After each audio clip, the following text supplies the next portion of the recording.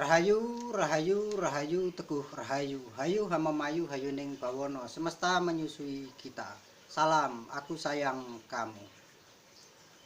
Lestari alam, kemakmuran kami, kedaulatan, kebahagiaan kami. Daulat Nuswantara, kedaulatan Indonesia, kemerdekaan rakyat. Hari ini saya akan membaca puisi karya dari penyair besar kita, W.S. Rendra, dari kumpulan puisi Perjalanan Bu Amina. Menurut hemat saya, puisi ini mampu menjadi tolak bala atau pengusir dari segala macam ancaman yang mengancam negeri kita. Baik, akan saya bacakan mengenai bagaimana pengaplikasiannya. Nanti mungkin akan sedikit saya jabarkan bagaimana puisi ini bisa menjadi tolak bala dari pandemi COVID-19. Ketika udara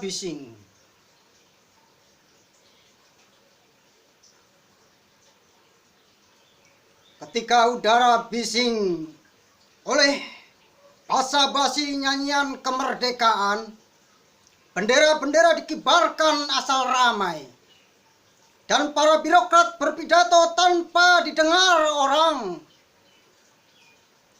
di dalam keranjang bekas tempat bawang, di samping gudang pasar, di tepi got pembuangan pabrik, seorang anak kecil berbaring, dibius influenza, memeluk 100 pelak kertas kumal, dan ia bertanya, apaan sih itu kemerdekaan? Ya, apakah artinya sebuah kata yang ditulis di atas pasir? Apakah artinya undang-undang yang dicetak di atas air? Derap, barisan langkah-langkah terdengar. Barisan langkah-langkah siapa? Tak ada apa-apa. Tak terjadi apa-apa. Kesepian tanpa keheningan. Kebisuan tanpa angin. Kemacetan yang kukuh dipuja seperti berhala. Ketika buruh-buruh wanita antri uang gaji, hari senja, dan mandor-mandor menaksir tetek mereka. Ketika seorang guru membaca catatan hutang-hutangnya, matahari condong dan istrinya menyodorkan rekening listrik. Seorang pencopet yang tangannya patah digebuk polisi tergeletak di sel dan bertanya, apakah gunanya kemerdekaan? Ya, apakah artinya upacara untuk kata-kata kosong? Di manakah ujung dari muslihat-muslihat yang disadari? Aku mendengar deru-derap langkah-langkah berjalan. Langkah-langkah siapa? Dari mana datangnya? Rumput melindungi kuman-kuman TBC, para buruh percetakan, yang tumpah bersama ludah yang mereka semburkan ketika mereka membaca koran-koran yang sudah penuh kebohongan dan penjilatan. Apabila buah pikiran telah dibentur dengan sangkur, apabila dalam komunikasi hanya boleh satu pihak yang bicara, seandainya kekuasaan hanya menciptakan tahta dan penjara. Seandainya pilihan untuk keselamatan hanyalah menjadi burung beo atau penjahat resmi, sudah lumrah apabila pagi ini seorang gadis yang berwajah penasaran bertanya kepada saya, apakah Mas Willy percaya pada kemerdekaan? Apakah artinya janji-janji yang ditulis di pasir? Apakah artinya pegangan yang hanyut di air? Apakah artinya tata warna dari naluri rendah kekuasaan? Apakah artinya kebudayaan plastik dan imitasi ini? Aku mendengar deru-derap langkah-langkah kaki. Kemudian aku bertanya, di dalam kemelut kentut zaman ini, deru-derap barisan siapa-siapa ini? Deru-derap barisan penindasan? Ataukah deru-derap barisan pembebasan? UI Salemba 28 Oktober 1980.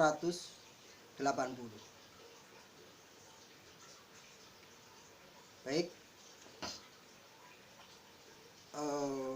karena saya malas mengedit video, ini ada sedikit koreksi. Saya tadi sedikit salah dalam pembacaan puisi ini. Yang saya maksud adalah deru-derap barisan siapakah itu, bukan deru-derap barisan-barisan siapakah ini. Walaupun secara esensi makna ini tidak, saya yakin tidak merubah, tapi rasanya memang kurang etis ketika puisi itu dibelokkan. Jangankan satu kalimat, satu kata ini akan merubah makna. Tapi saya yakin ini tidak merubah esensi dari puisi ini. Dan saya mohon maaf pada almarhum W.S. Rendra, ada sedikit kesalahan dalam membaca puisi beliau. Akan saya jelaskan kenapa saya yakin puisi ketika udara bising ini mampu menjadi tolak bala dari pandemi COVID-19. Baik, akan sedikit saya tafsirkan, tapi puisi ini mempunyai multi tafsir, karena sastra yang tinggi tentunya tidak hanya memiliki satu arti.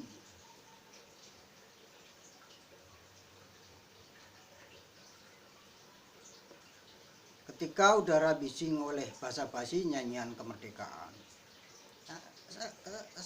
saat ini kita seolah-olah sudah merdeka, kita selalu menggebu-gebu menggelorakan kemerdekaan.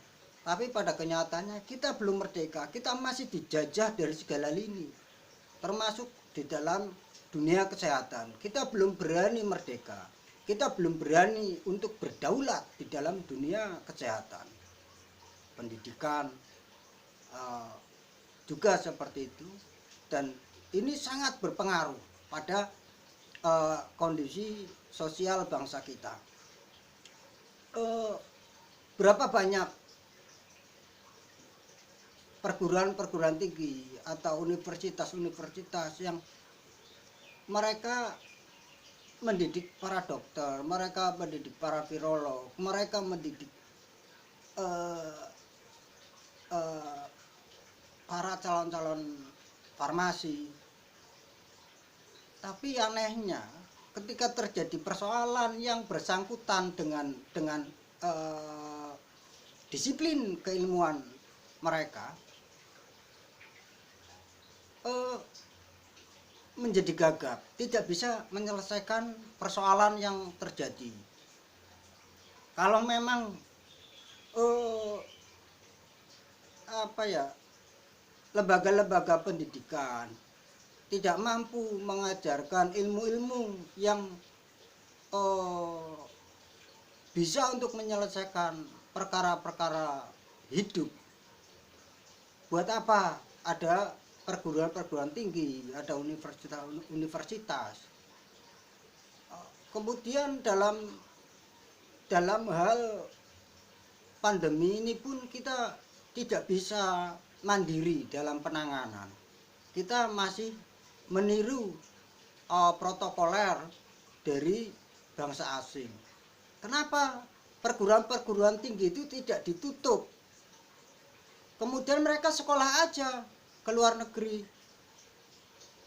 Dan nggak perlu ada sekolah-sekolah tinggi di Indonesia. Karena keilmuannya tidak bisa diaplikasikan, keilmuannya tidak bisa dipakai di Indonesia.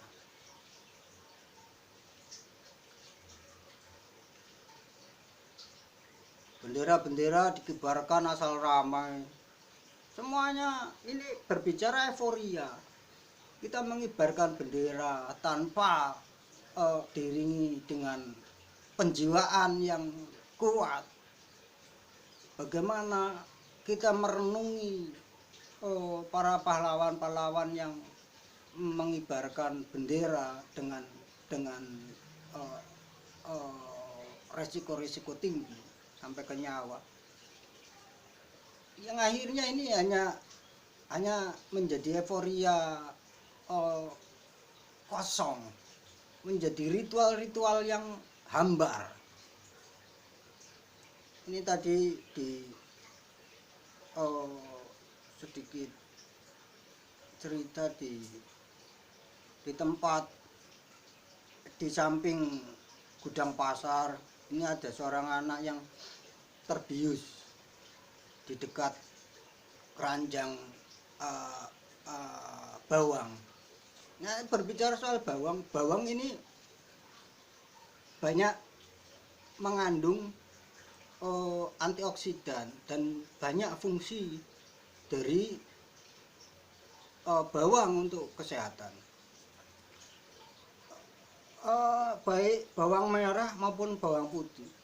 Dan bawang putih dulu ketika di Perang Dunia Kedua ini banyak dikumpulkan untuk menjadi penisilin. Bawang merah itu juga sudah sering digunakan di masyarakat, misalkan untuk obat masuk angin, untuk obat ini darah rendah dan sebagainya. Di budaya kita juga banyak yang memakai bawang sebagai tolak bala. Misalnya bawang putih digantung, itu untuk tolak bala. Kemudian bawang merah ditusuk pakai lidi, kemudian dikasih cabai. Nah, sebenarnya itu bisa diteliti secara ilmiah. Misalkan kita ambil contoh di Wuhan, yang katanya satu keluarga, karena mereka petani bawang, satu keluarga ini tidak terkena COVID-19. Dan mereka konon sedang merisetnya. Nah, kenapa sih kita tidak berani untuk melakukan riset-riset kearifan lokal, kemudian kita kaji kembali secara pandangan akademis.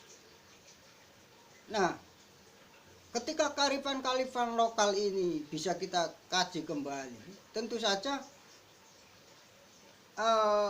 bisa menjadi alat survival di dalam keadaan yang mendesak.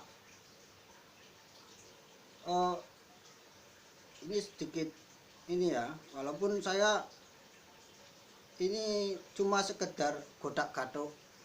Kalau orang sekarang itu cocokologi lah, bahwa ini tahun tahun 1980 almarhum Wes Redra sudah berbicara ada anak kecil di sisi keranjang bawang, dia terkena influenza.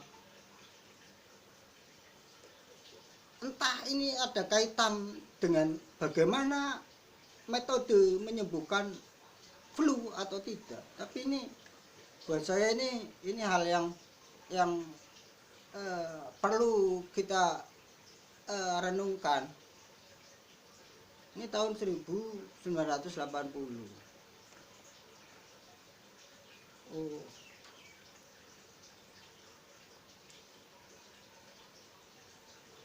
Apakah artinya sebuah kata yang ditulis di atas pasir? Apakah artinya undang-undang yang dicetak di atas air? Nah, ini sekarang itu banyak apa ya,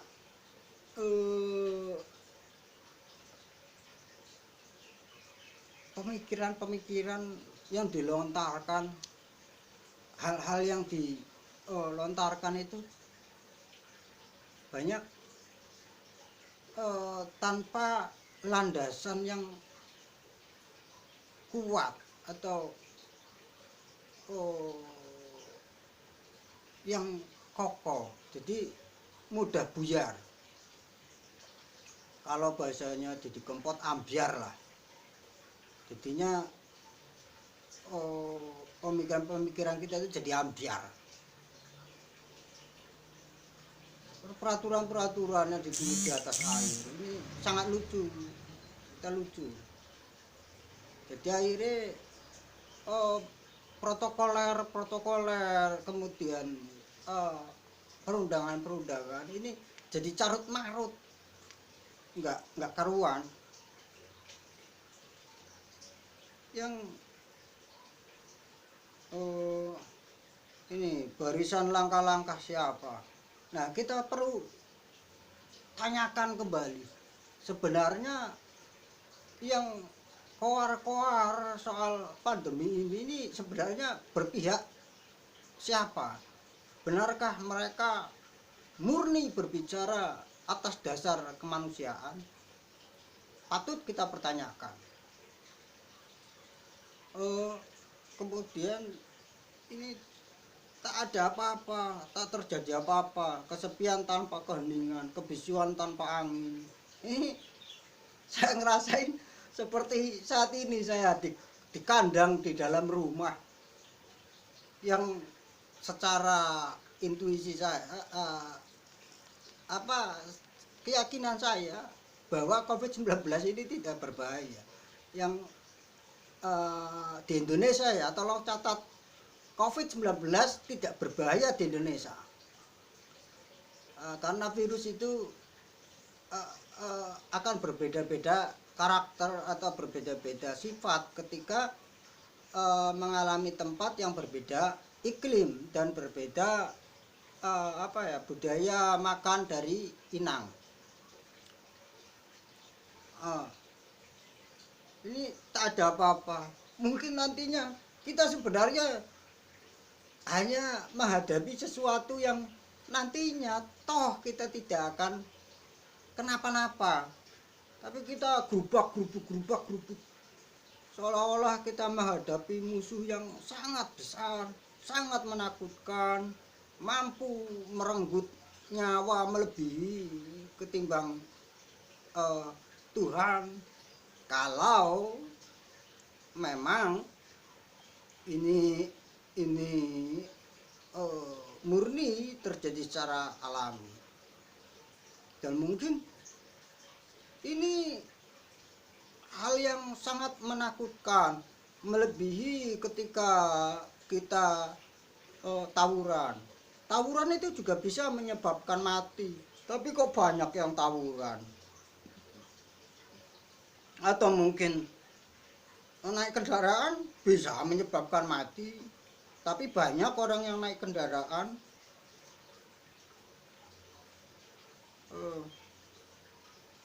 tak ada apa-apa, tak terjadi apa-apa, kesepian tanpa keheningan. Nah sekarang itu saya merasakan sepi di rumah sendiri, sepi, tapi tidak ada keheningan, tidak ada ketenangan, karena media massa terus bergembor-gembor, berkoar-koar, akhirnya tidak menenangkan, dan secara psikis ini sangat sangat berbahaya. Kita bisa down, kebisuan tanpa angin. Ini susah, saya mau cari teman ngobrol susah. Di rumah terus angin, tertutup tembok, wah, sengsara lah. Dan ini hal yang sangat berbahaya. Kita bisa menjadi zombie-zombie, menjadi makhluk yang kehilangan nalar, karena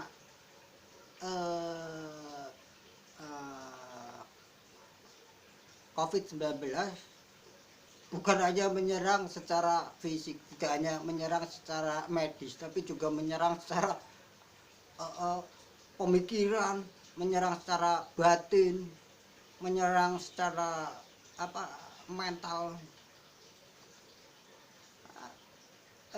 Ketika psikis kita ini goyang, kacau, tentu saja kejiwaan kita juga akan ikut kacau, nalar kita kacau, lantas kita mati dengan ketakutan. Kita mati bukan diserang karena COVID-19, tapi bisa jadi kita mati karena ketakutan, kencing-kencing di celana.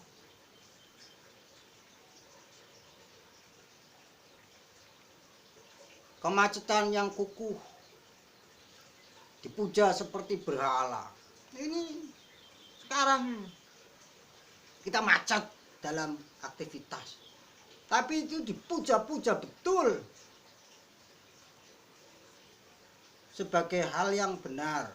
Kita macet di dalam penalaran, tapi itu dianggap itu hal yang mampu menggantikan Tuhan untuk melindungi keselamatan diri kita. Ini konyol. Ekonomi macet, hubungan sosial macet, pendidikan macet, ini macet. Ini sangat mengerikan ini. Tapi ini yang dipuja-puja ini.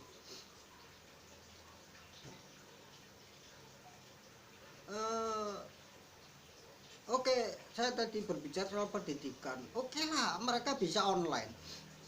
Sejauh apa efektivitas dari pendidikan online? Pendidikan yang offline, yang secara langsung, bersinggungan langsung, itu saja tidak menghasilkan para generasi-generasi yang mumpuni, atau generasi-generasi yang betul-betul terdidik. Betul, mereka dididik, tapi sedikit sekali kita yang terdidik.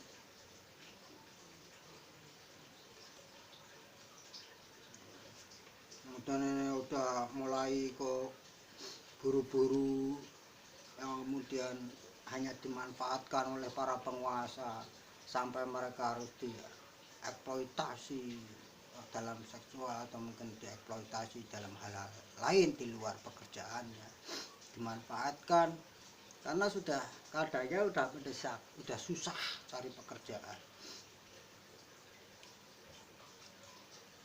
Seorang guru harus membaca catatan-catatan hutang, ini udah sengsara banget lah. Guru aja yang menyebarkan keilmuan itu hidupnya sengsara, apalagi orang-orang yang tidak punya keilmuan.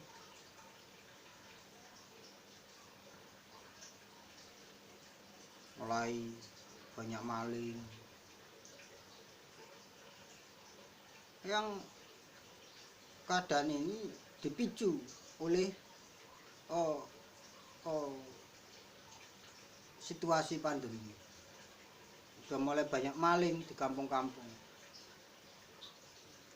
Kemudian kita akan bertanya, apa sih gunanya kemerdekaan? Kemerdekaan kok bikin lapar? Nah, ini satu bukti bahwa kita belum berani merdeka seutuhnya. Kita belum berani untuk berdaulat. Rumput-rumput melindungi kuman-kuman TBC, para buruh percetakan yang tumpah bersama ludah yang mereka sembuhkan. Ini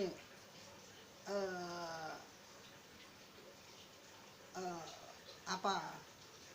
Akhirnya media massa, para buruh-buruh di dalam jurnalis, buruh-buruh ya, ini bukan jurnalis. Karena seorang jurnalis dia harus bisa merdeka menyatakan apa yang dia lihat, apa yang dia dengar, bukan atas dasar pesanan, bukan atas dasar untuk mencari uang. Ini banyak akhirnya untuk menaikkan rating media massanya, untuk menaikkan penghasilannya, akhirnya menulis hal-hal yang bodoh yang kemudian menjadi penyakit. Cobalah cek kita ya di artikel-artikel di internet apa di berita-berita, ini kopas sana kopas ini, kopas sana kopas ini, kopas sana kopas ini, atau mungkin di YouTube sama, kopas sana kopas ini, kopas sana kopas ini. Ini cuma untuk cari uang.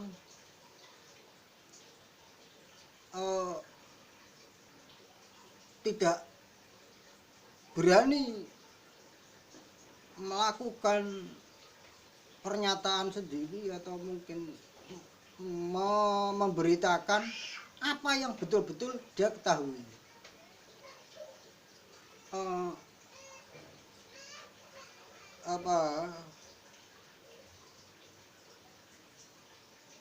Akhirnya media massa itu penuh dengan kebohongan, penuh dengan hoak, yang tujuannya cuma untuk menjilat para penguasa. Nah, ini juga turut andil dalam kekacauan ini, membuat masyarakat itu menjadi gaduh karena berita-beritanya tidak sehat.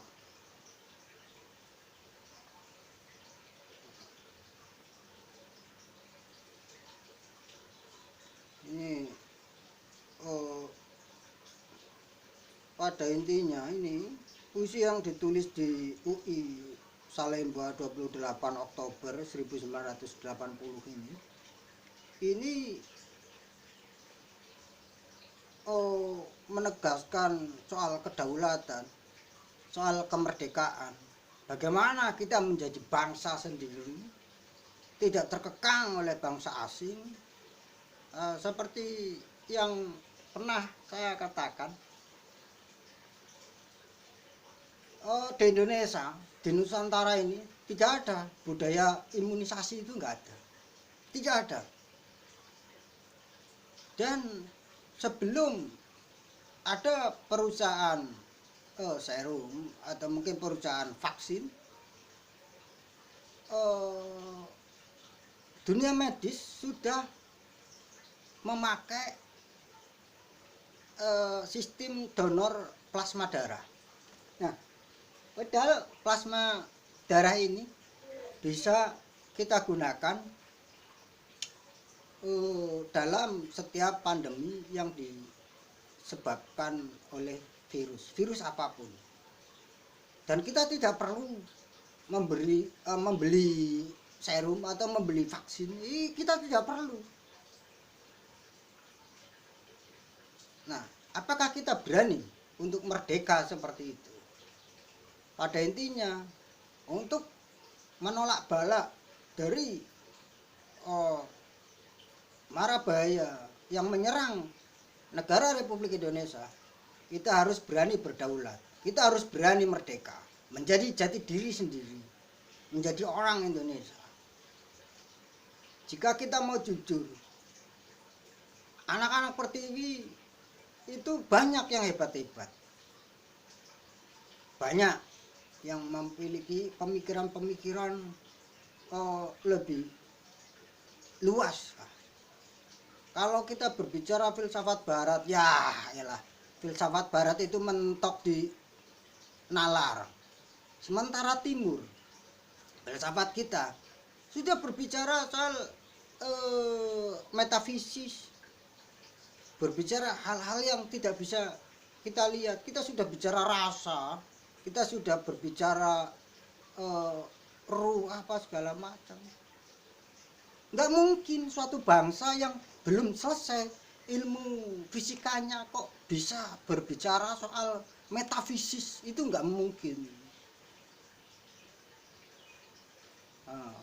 Baik, semoga ini tertangkap dan bisa diaplikasikan untuk menjadi tolak balak dari pandemi COVID-19 ini. Terima kasih. Rahayu, rahayu, rahayu, teguh rahayu, hayu hamamayu, hayu ning bawono. Semesta menyusui kita. Salam, aku sayang kamu. Lestari alam,